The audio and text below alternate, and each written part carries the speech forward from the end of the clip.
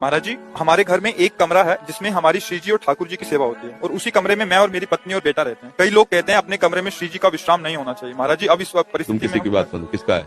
हाँ, किसी की बात मत मानो। हम सेवक है, हमारे स्वामी है, हम उनके साथ ही तो रहेंगे।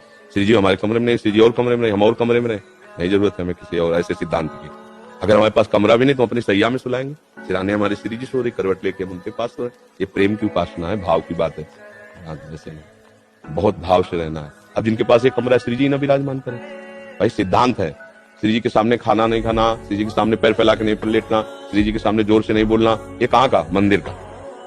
हमारे घर के ठाकुर हम उन्हीं के साथ पाएंगे, उन्हीं के साथ सोएंगे, उन्हीं से हंसेंगे, उन्हीं से खेलेंगे।